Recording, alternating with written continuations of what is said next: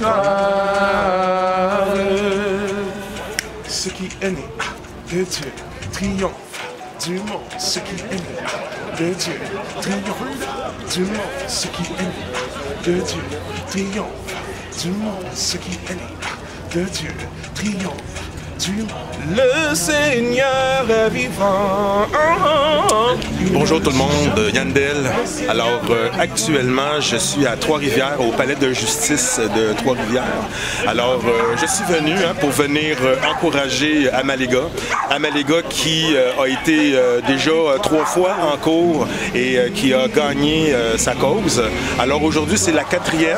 Alors en espérant qu'il va encore gagner sa cause, on va espérer qu'il y ait un juge humain et qui va donner la liberté à Amalega. Amalega, ce grand homme qui se bat pas seulement pour lui, mais il se bat pour nous tous au Québec. Alors voilà, fait que je vais suivre aujourd'hui l'événement. Alors suivez-moi.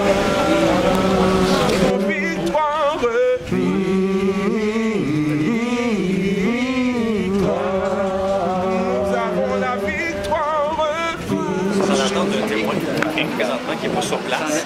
Et puis il y a une suspension tout simplement qui se passe là en attendant que le témoin puisse se présenter. Un témoin contre François Amalega. OK, donc si le témoin ne se présente pas, est-ce qu'il y a des possibilités qu'il remette l'audience à plus tard et qu'il soit réincarcéré? Je ne sais pas. Vraiment, on a comme c'est l'information qu'on goûte. Parce que on s'entend que Amalega François est un prisonnier politique. Le gouvernement ne veut pas qu'il sorte parce qu'il est dangereux pour ce gouvernement-là.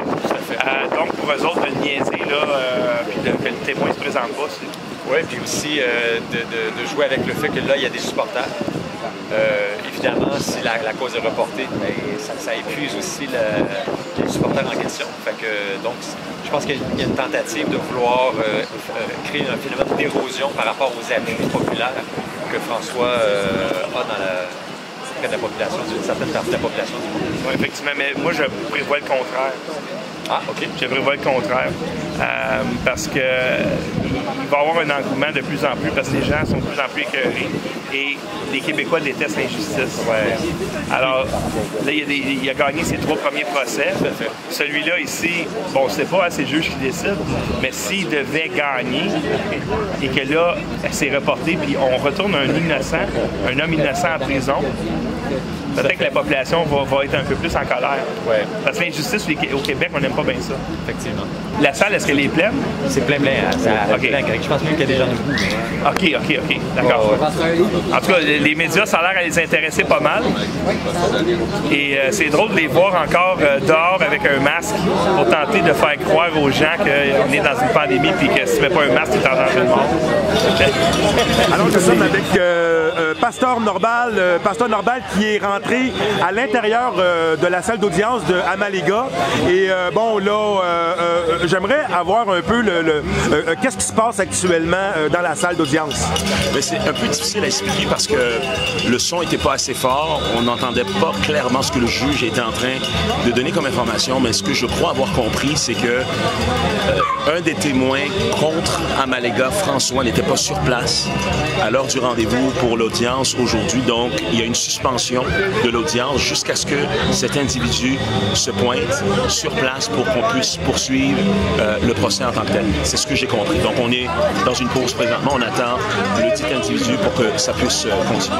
OK, alors ça veut dire que l'audience est en pause, qu'il n'y a rien, il n'a pas, mettons, été acquitté parce que le témoin ne s'est pas présenté, là. Non, c'est ça. Donc, on n'est pas là encore. Le juge a préféré mettre une suspension, puis donc on attend la personne en question. Donc, ça va se poursuivre dès qu'il arrive. Donc, on est en train de s'informer à savoir quand est-ce que ça va commencer et si la personne arrive. Hey, mon cher ami, comment ça va? Condamné au bonheur, mais je vais être encore bien plus heureux que François Amalega, prisonnier politique, soit libre. Et voilà, ben c'était justement ma question. Toi, comment tu penses que ça va se passer tout ça aujourd'hui? François va toujours être brillant comme toujours. La dernière fois, la procureure de la Couronne l'accusait que M. Legault n'est pas obligé de s'abaisser à parler à à François Amalega. François Amalega, c'est un nobody, puis Legault a le droit de parler à qui il veut quand bon lui semble. Puis François Amalega, il a dit, ben moi, je militais devant les écoles, puis c'est lui-même même qui a dit arrêtez de méditer, de méditer devant les écoles, puis venez me voir. La procureure a fermé sa boîte, c'était de toute beauté. Fait que François est toujours génial, comme toujours. Un matin, je regardais, quand moi et lui, on était devant le Canadian Tire, j'ai regardé le vidéo complet, 1h30 de temps. 1h30 de temps, il disait, vous n'avez pas besoin d'être 8 policiers, je suis pacifique. Vous prenez la plus petite des polices, vous me laissez rentrer à l'intérieur du Canadian Tire, vous me mettez en état d'arrestation, je vous offre mes mains puis vous m'arrêtez. Ça prend 5 minutes. Ça n'a pas besoin de 8 policiers pendant 1h30. La plus petite des polices, elle met en état d'arrestation, j'y offre mes poignets puis c'est réglé. Ça a duré 1h30 le vidéo, je l'ai encore. Bonjour tout le monde. Écoute, je viens d'avoir une information assez triste, étant donné que M. Amalega n'a pas voulu faire son procès sans le masque et sans test. Comme les dernières fois qu'il était en cours, OK? Les dernières fois qu'il était en cours, il n'y avait pas de masque, il n'y avait pas de test. Aujourd'hui, à Trois-Rivières, il exige qu'il y ait un masque ou un test. M. Amalega, il a refusé. Il ne comprenait pas. Il dit les dernières fois, il n'a pas eu besoin d'avoir ni de masque, ni de test. Pourquoi qu'aujourd'hui, il a besoin? Alors, ça a été reporté au 9 mai, gang. Ça va être le 9 mai que le procès d'aujourd'hui, il est reporté. Alors, c'est très triste. On voit ici. Puis en plus, le témoin ne s'était pas présenté encore. Le témoin qui était contre lui ne s'était pas présenté. Et là, on est embarqué avec les mesures du masque et du test que, bien sûr, bien entendu, Amalega, il a refusé. Alors, c'est très grave qu'est-ce qui arrive, gang. C'est très grave. Alors, bonjour, mon cher ami. Écoute, vous venez de sortir de la salle concernant le procès de Amalega. Oui. OK, pouvez-vous nous confirmer un peu qu'est-ce qui s'est dit là-bas? Bien, François a décidé de pas mettre de masque puis de pas subir de tests. Et moi, je croyais que la juge, elle savait, puis elle avait déjà décidé d'avance qu'est-ce qui allait arriver parce qu'elle n'a jamais été à l'écoute de François, des demandes de François et des revendications de François. Elle n'a pas été à son écoute. C'était injuste de sa part et je crois que là, il s'est remis au 9 mai. Et j'espère qu'il va y avoir un juge qui va être plus à l'écoute de François parce que elle n'a pas été à l'écoute, vraiment. Je suis tellement triste là, de voir qu'un homme aussi pacifique qui tient à ses convictions, qu'on le garde encore en prison, c'est criminel. Hein? C'est criminel. J'ai beaucoup de peine parce que c'est un grand ami. Hein? C'est notre ami à tous, oui. Oui. Ben, merci beaucoup. On va se voir le 9 mai, ça veut dire? Oui. Oui? Bon, ben OK. Moi, je suis convoquée le 13 à Longueuil. Le 13 mai? Juin, excusez, le 13 juin. Le 13 juin? Ah, OK. Bon, ben écoute, tenez-moi au courant. Hein? Je vais venir faire un tour et je vais venir documenter ça. Moi, c'est le 13 mai. Okay. Le 13 mai, je vais passer. Mais je me fais pas d'idée. Hein? Ils vont me faire ils vont avoir une petite game avec moi aussi. Ils vont te faire niaiser. Ils vont me faire niaiser aussi. Alors, c'est ça. On est dans le niaisage, les gars. On est dans le niaisage. Merci beaucoup pour ce témoignage. Ben, là, moi, en fait, je suis très surpris que François n'ait pas, encore stratégiquement, François n'a pas accepté les règlements du gouvernement. Au début, je ne m'attendais vraiment pas à ça. Je pensais que François accepterait, naturellement.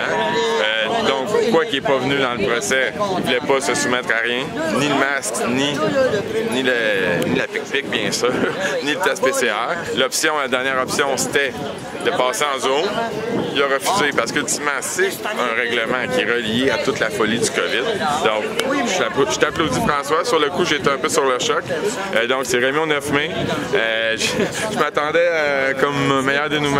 Je m'attendais à plus, mais je supporte François. Stratégiquement, il repousse tout le temps la limite. Donc, on supporte François. La stratégie qu'il utilise, là, elle est dure à comprendre, mais moi, je la comprends très bien. Et c'est plate, mais il faut une personne qui ait le cran de le faire et je salue son courage. Mais en tout cas, j'espère que le 9 mai, ils embarqueront pas avec d'autres niaiseries ou bien carrément répéter ce qui s'est passé aujourd'hui. Alors, on fait confiance à François. Moi, je lui fais confiance. Stratégiquement, il a tout le temps été 1 ou 2 coups plus loin que tout le monde, même plus vite que le gouvernement des fois. Donc, on lui fait confiance. Moi, je le supporte. Puis c'est ça. Il faut s'adapter à sa stratégie. Merci beaucoup pour ton témoignage, mon ami. Merci à toi, mon gars.